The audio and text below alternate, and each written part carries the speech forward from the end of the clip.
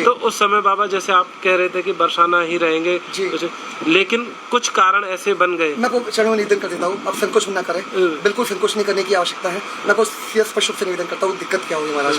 परम पूज्य विनोद बाबा जी महाराज, परम पूज्य विनोद बाबा जी महाराज की भी मुझे सत्संग सुनने का मौका मिला लाड़ों की कृपा से। उन्होंने भी अपने सत्संग में वर्णन करा, अब देख लीजिएगा, मैं झूठ के चरणों में उन्होंने शेयर करा कि क्योंकि वहाँ पे भी महाराज जी किसी को दोष नहीं दे रहे। जो वर्तमान परिस्थिति है ना कली काल की, तो उसमें महाराज जी वर्णन कर रहे हैं, हमें मार्गदर्शन कर रहे हैं कि किसी को भी अखंड वास करना है ब्रज में, किसी को भी अखंड वास करना है तो उसकी स्वयं की कुटिया होनी चाहिए, तभी वो भजन कर पाएगा सुकून से, नहीं तो भजन नहीं कर पाएगा। तो इसलिए यकीन मानिए वही भाव से आपके चरणों में फिर मुझसे रहा नहीं गया और अब मैं रो पड़ा और मैं आपके चरणों में निवेदन करने लगा उसी भाव से। अभी फिर आपने भी बहुत यकीन मानिए आप सबका भाव उत्तम कोटि का है, यकीन मानिए उसके लिए मैं हमेशा आपके चरणों में नतमस्तक रहूंगा, आप कृतज्ञ भाव रहेगा हमेशा, मैं झूठ नहीं बोल रहा महाराज।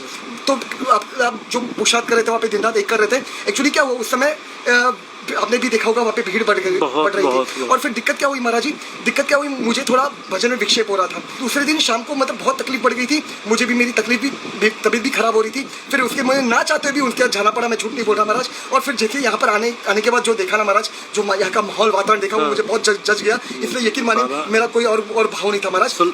एक क्षण मुझे कंटिन्यू करने दीजिए क्योंकि ये बहुत महत्वपूर्ण है। यकीन मानिए मेरा एकमात्र उद्देश्य लक्ष्य है एकांत में रहकर भजन करना, मेरा और कोई उद्देश्य लक्ष्य नहीं है।